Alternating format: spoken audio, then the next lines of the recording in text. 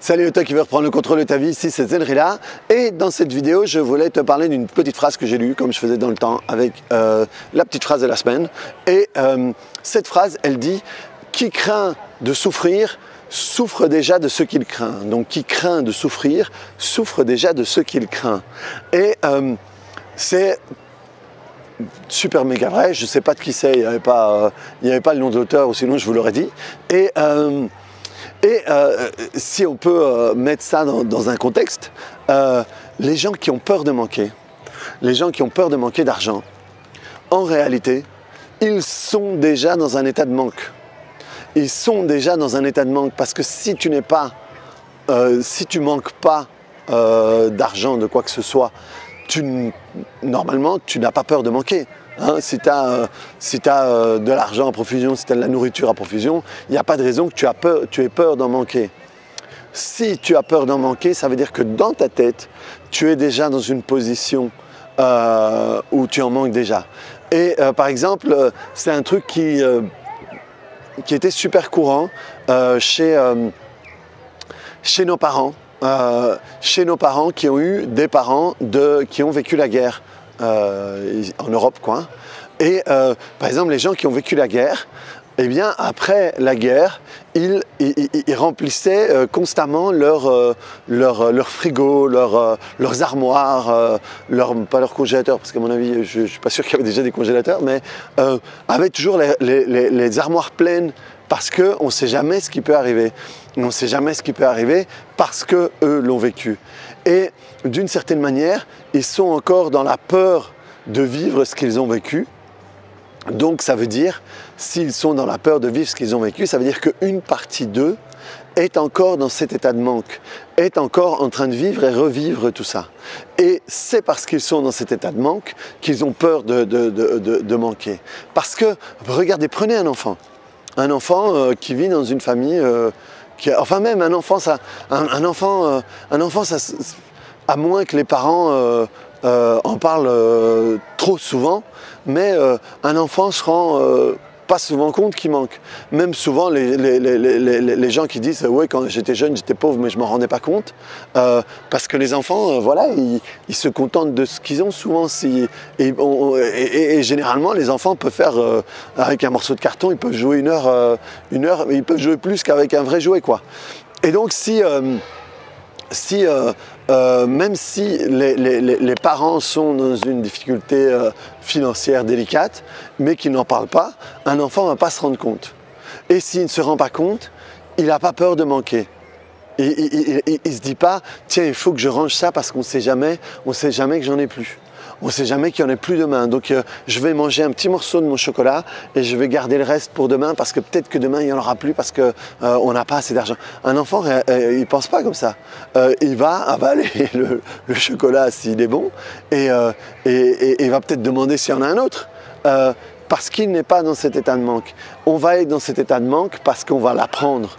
On va apprendre l'état de manque, on va apprendre ou en le vivant, ou parce qu'on nous l'a appris, parce que nos parents nous ont dit plusieurs fois, attention, tu sais, l'argent ça pousse pas sur les arbres, papa et maman ils n'ont pas beaucoup d'argent pour tes trucs, c'est difficile de faire attention de tout ça, donc tu dois faire attention et tout ça. Et au bout d'un moment ils ont appris à faire attention parce que, et au bout d'un moment ils ont tellement appris qu'ils ont compris qu'ils manquaient et ils se sont identifiés à cet état de manque.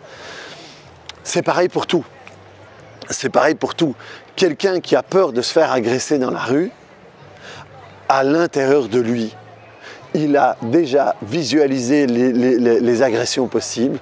Donc s'il l'a visualisé, s'il l'a fait passer dans son Netflix interne, eh bien c'est comme si ça lui était déjà arrivé.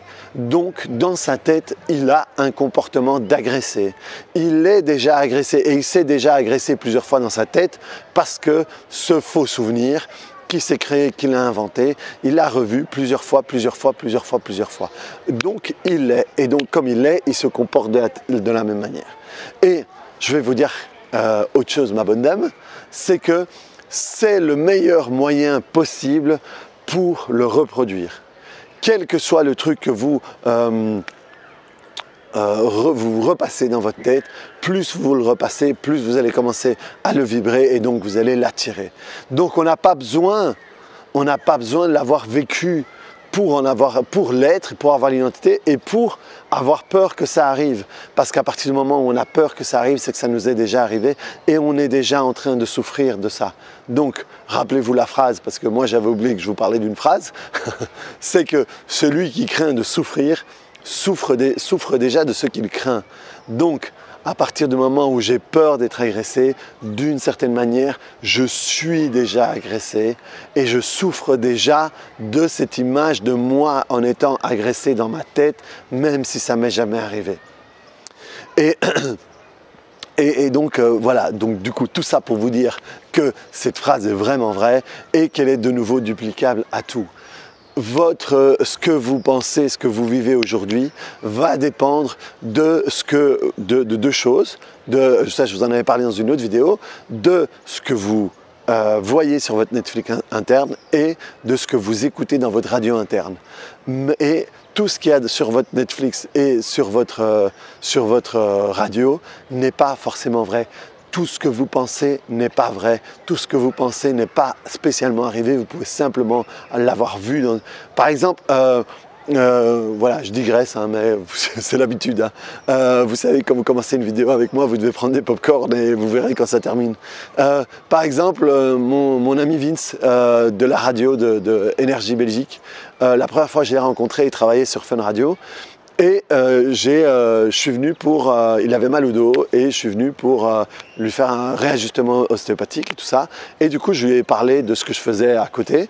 Et il m'a dit, ah mais moi j'ai la phobie de l'araignée, est-ce qu'on pourrait pas le faire? Et on l'a fait en direct, c'est la première fois que j'ai fait une phobie en direct. Et lui, il a commencé à avoir la phobie de l'araignée en regardant un film qui s'appelle Arachnophobia. Ça veut dire qu'il n'a jamais eu d'événement traumatique avec une araignée, il a juste vu un film qui l'a appris à avoir peur. Et donc à partir de là, il a commencé à avoir peur des araignées, à avoir peur d'en croiser une, à avoir peur d'en avoir une sur lui. Et donc, il avait tellement peur de les voir que même quand il n'était pas là, il était déjà en train de souffrir de l'araignée. Donc c'est vraiment ça, ça veut dire qu'à l'intérieur de soi, on est déjà en train de souffrir de ce qu'on craint de voir demain, dans une semaine ou quoi que ce soit.